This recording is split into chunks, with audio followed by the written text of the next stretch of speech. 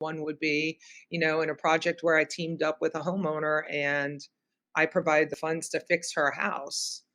Mm. But, I did. you know, I thought I made a good bit of money, but after I went through and looked at all the numbers and I didn't track it as well as I should have, this was years ago. I was like, oh, I mean, I still made money, but it wasn't nearly as much as I thought. And Right.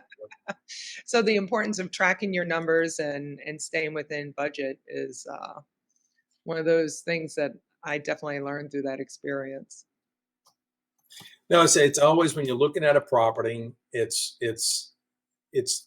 when I first started was I didn't really know all the tracking and everything else, but I just kind of looked at it from the perspective of when you look at it, you start dissecting what areas that you have to fix that because some things we don't know.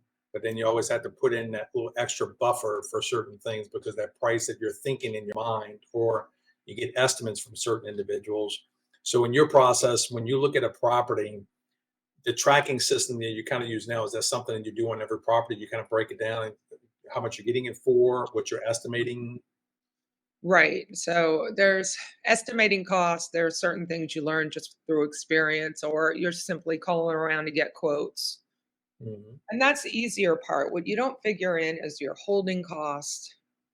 Well, a lot of people are like, oh, look, I could make 50 grand on this property. Well, what were your holding costs? What did the money that you borrowed cost you? And Right. everything. So I now have a spreadsheet where I can look at that up front and just rule whether, okay, is this worth it or not?